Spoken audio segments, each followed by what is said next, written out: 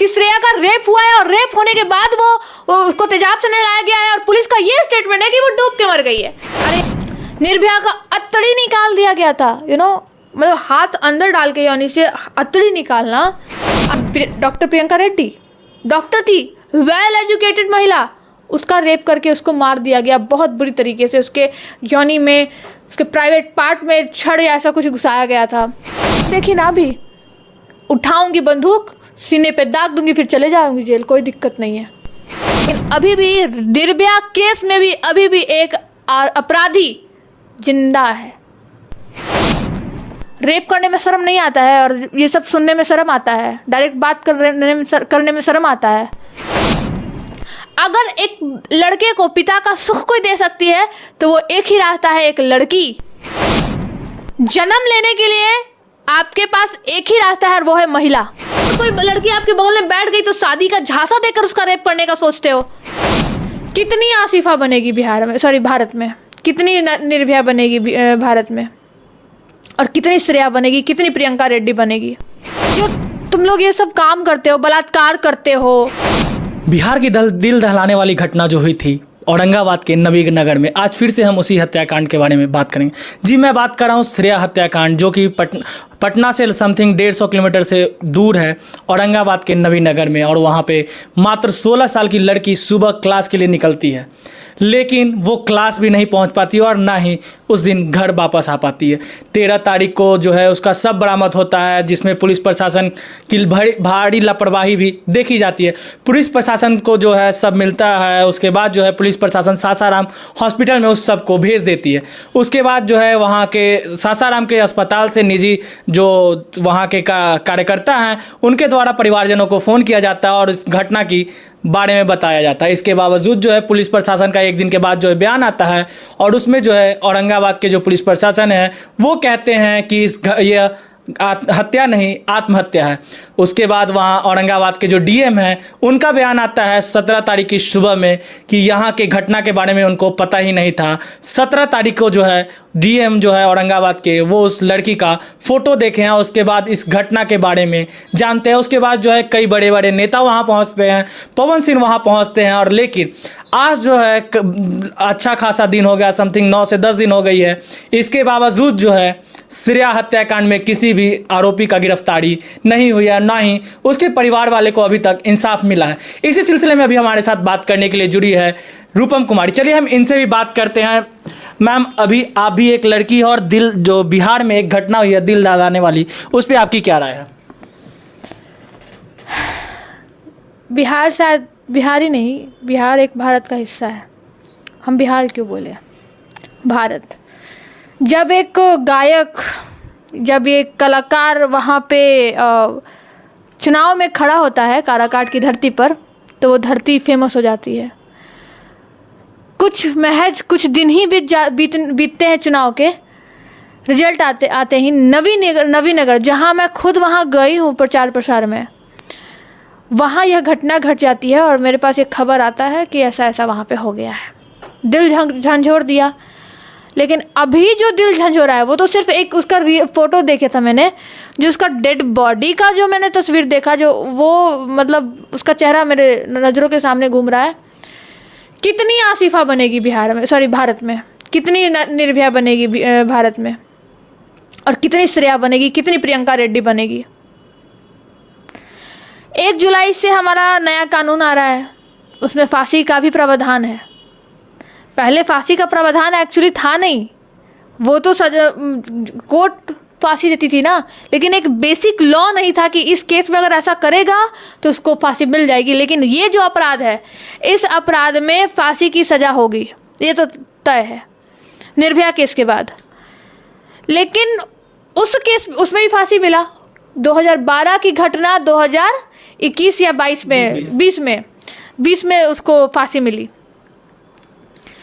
7 साल का महज समय गया, 7 से 7.5 साल। अब ये श्रेया एक नया केस, और जिस तरीके से इसको तेजाब से जो नहलाया गया है, अरे जो तुम लोग ये सब काम करते हो, बलात्कार करते हो, फिर तेजाब से एक लड़की को नहला देते हो। क्या कभी सुना कि किसी लड़के ने या किसी लड़की ने प्यार में भी धोखा खाकर किसी लड़के को तेजाब से नहलाया, कभी सुना क्या? आज कोई लड़की आगे बढ़ती है तो उसको ब्लैकमेल करते हैं। आज कोई लड़की आगे बढ़ रही है या आपके साथ थोड़ा सा बैठ ली तो आप उसका रेप करने के बारे में सोचने लगते हो। अगर कोई लड़की आपके बगल में बैठ गई तो शादी का झांसा देकर उसका रेप करने का सोचते हो। जन्म लेने के लिए आपके पास एक ही रास्ता है और वो है महिला। अगर एक लड़के को पिता का सुख कोई दे सकती है तो वो एक ही रास्ता है, एक लड़की। लेकिन मरने का 100 रास्ता है, आप अपना लीजिए। मैं किसी को जन्म दे सकती हूँ अपने योनि से, साफ साफ बात कर रही हूँ। रेप करने में शर्म नहीं आता है और ये सब सुनने में शर्म आता है, डायरेक्ट बात करने में शर्म आता है। एक वैश्या जब अपने दिल से किसी को खुश कर रही होती है तो वो वैश्या है। वैश्या के पास जाता कौन है? आप जैसे मर्द जो रेप करते हैं। मैं सबको नहीं बोल रही, जो रेपिस्ट है मैं उसको बोल रही हूँ। निर्भया केस में रेपिस्ट को मिल गया, फांसी सजा मिल गई, लेकिन अभी भी निर्भया केस में भी अभी भी एक अपराधी जिंदा है। एक अपराधी अभी भी जिंदा है। और सबसे ज्यादा क्रुएलिटी मैं बता दूं शुभम जी, सबसे ज्यादा क्रुएलिटी निर्भया केस में वही व्यक्ति किया था, लेकिन आज वो जिंदा है। हर जगह कानून काम नहीं आता है। मैं कानून से हटके मतलब दिल दहल रहा है, मैं आगे बढ़ रही हूँ, मेरे पास ब्लैकमेलिंग का मैसेज आता है, रूपम ये रूपम वो, मैं लड़ लूँगी। और एक बात और, मैं फिर नहीं देखूँगी कि कानून क्या है। जो फोटो मैं देखी ना अभी, उठाऊँगी बंदूक, सीने पे दाग दूँगी, फिर चले जाऊँगी जेल, कोई दिक्कत नहीं है। वैसा जेल जाना मंजूर है। ऐसा कलम की ताकत क्या। एक रांची में एक लॉ की स्टूडेंट का रेप हुआ था आज से 2 साल पहले। आज से 2 साल पहले एक लॉ की स्टूडेंट का रेप हुआ था। उसका क्या हुआ? हम वकील बन जाएंगे। डॉक्टर प्रियंका रेड्डी डॉक्टर थी, वेल एजुकेटेड महिला, उसका रेप करके उसको मार दिया गया बहुत बुरी तरीके से। उसके योनि में, उसके प्राइवेट पार्ट में छड़ या ऐसा कुछ घुसाया गया था। निर्भया का अतड़ी निकाल दिया गया था। मतलब हाथ अंदर डाल के योनि से अतड़ी निकालना, आप समझ रहे हो? क्या कोई एक महिला, आज महिला अगर किसी को धोखा दे दे, आज महिला अगर क्रूल होते जा रही है, किसके वजह से? कौन है इसका जिम्मेदार? हमको आप बताएंगे? सत्यनारायण स्वामी की कथा जब सुन रही थी तो उसमें पहला एक स्टेटमेंट था कि अगर अब जो समाज है वो बर्बाद होगा तो महिलाओं की वजह से। ये लिखा है उसमें, ये मैं नहीं बोल रही हूँ, तो कथा में लिखा है। तो उसमें महिलाओं को बर्बाद करना कौन कर रहा है? कौन महिलाओं को उत्तेजित कर रहा है कि नहीं तुम पुरुषों के साथ खेलो? आप ना, जो रेप कर रहे हैं, तेजाब से नहला देना। वो बॉडी देख के मतलब लगता है कि नहीं यार ठीक है। अभी कुछ समझिए ना कि कुछ इनोसेंट लड़के भी बर्बाद हो रहे हैं ना। इनोसेंट लड़के जो सही है, जो प्यार में सच्चे हैं या अपने पति धर्म में लॉयल हैं, उनकी पत्नियां कहीं और जा रही हैं। क्यों? यही सब रीज़न है। आपकी हवस आपका सब कुछ ख़त्म कर देगी और आप कुछ नहीं कर पाओगे। आज वो भागा भागा फिर रहा होगा, पुलिस को पैसा दे रहा होगा। क्या पुलिस डिपार्टमेंट को नहीं पता था कि श्रेया का रेप हुआ है और रेप होने के बाद वो उसको तेजाब से नहलाया गया है? और पुलिस का ये स्टेटमेंट है कि वो डूब के मर गई है। अरे ये तो हम लोग आम इंसान भी जानते हैं कि वो डूब के नहीं मरी है। पोस्टमार्टम हुआ नहीं है, लेकिन पोस्टमार्टम वहाँ पे दिखा दिया गया कि पोस्टमार्टम हुआ है। कट तक नहीं लगा था, पोस्टमार्टम हो गया। वो बच्ची जो पढ़ने में इंटेलिजेंट थी, मैं वही देख रही हूँ कि वो तो पढ़ने में इतनी अच्छी थी। टीचर का वहाँ के टीचर का स्टेटमेंट है कि वो हर दिन कोचिंग आती थी। 16 साल की, मैं 16 साल की लड़की जिसने अभी ज़िंदगी देखना शुरू किया था।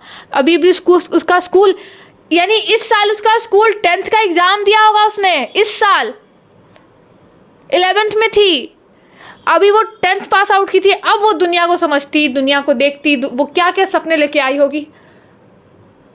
डॉक्टर बनेंगे, हो सकता है आईएएस बन जाए, आईपीएस बन जाए। मैं उस आईपीएस और आईएएस महिलाओं को बोलना चाहूँगी, वो अगर कोई बहुत ऐसी जज है, एक जज है, उनका नाम नहीं है मुझे पता, उन्होंने ना इच्छा मृत्यु की मांग की थी कुछ समय पहले ही। आखिर महिलाओं को इतना ट्रोलिंग क्यों किया जाता है? आखिर महिला इतनी ख़राब है तो आप जन्म ही मत लो। यानी हम महिलाओं को एक ही काम करना चाहिए, आपको जन्म ही ना दें, जन्म लेते ही आपको ख़त्म कर दो। बेटा हुआ तो ख़त्म, बेटी हो, पहले बेटी को ख़त्म किया जाता था ना, अब क्या करेंगे, अगर बेटा होता है तो उसको ख़त्म कर देंगे कि कहीं किसी का रेप ना कर दे। यही करना चाहिए, यही करना चाहिए ना। मैं आपको बार बार बोल रही हूँ, जन्म लेने का एकमात्र रास्ता है, वो है औरत, और जन्म देने का भी एक ही उपाय है, सिर्फ औरत। औरत चाह ले तो वो आपको जन्म नहीं देगी, चाहे पति कुछ भी कहता रहे। जन्म लेने का रास्ता आपके पास एक है, और उसी के साथ आप क्रूरता करते हो। सिर्फ अपनी 5 मिनट की भूख के लिए आप किसी की ज़िंदगी को तबाह कर दिए। एक बात पता है, बेटी का बाप होना बहुत बड़ी बात है, सौभाग्यशाली मानते हैं पिता, और बेटी का बाप होना कोई छोटा मोटा बात नहीं है। और कुछ तो महिलाएं हैं जो क्रूर हो गई है, मुझे लगता है कि ये सब भी रीज़न है, हम जैसी सही लड़कियों के साथ गलत करवा देती हैं कुछ आजकल की गलत औरतें। हम लोग तो सही है, हम लोग अगर किसी के साथ सो कराए तो कैरेक्टरलेस है, और अगर लड़के सो कराए तो अरे इसका तो ये काम ही है, ये लोग करेंगे ही। वैसे अगर किसी को खुश करे तो ये तो वैश्या है, ये कैसे कोई एग्जाम दे सकती है, ये वैश्या है, ये किसी सरकारी नौकरी के लायक नहीं है, ये वकील के लायक नहीं है, ये के लायक नहीं है। क्या एक आप वैश्या को वकील बनने दे सकते हो? नहीं। लेकिन मैं ये सारा चीज़ करके दिखाऊंगी। एक वैश्या कोई खुशी वैश्या नहीं बनती। क्या कोई ट्रांसजेंडर अगर जन्म लेती है ट्रांसजेंडर, तो क्या वो खुशी ट्रांसजेंडर, वो तो भगवान का देना है।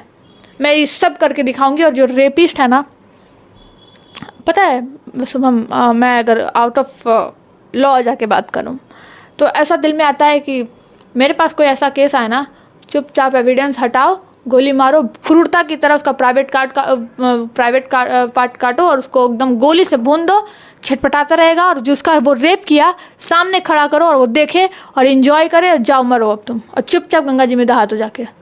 कौन किया? जाओ।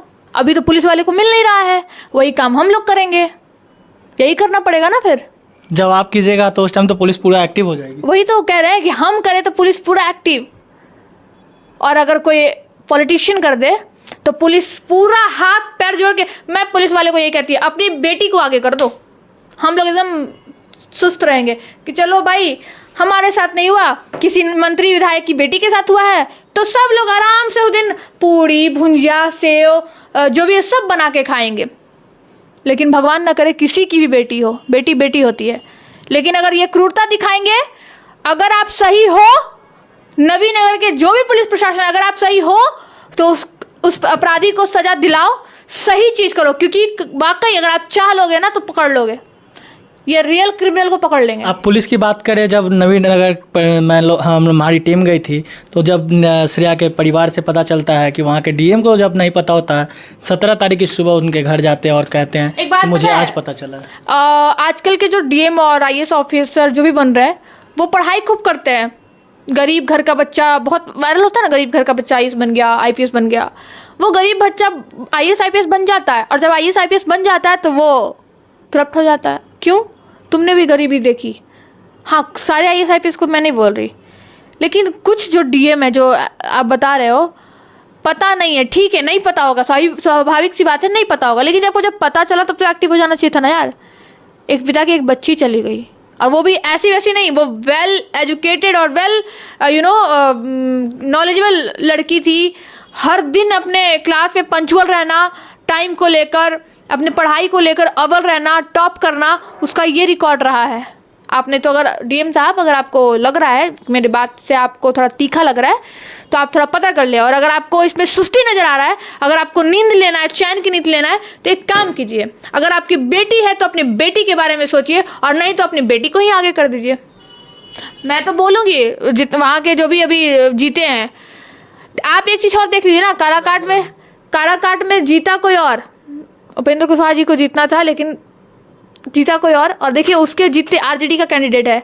देखिए आरजेडी का कैंडिडेट जीतते ही वहाँ पे जंगल राज शुरू हो गया, और ऐसा जंगल राज जिसमें पहला प्रहार बेटियों पर।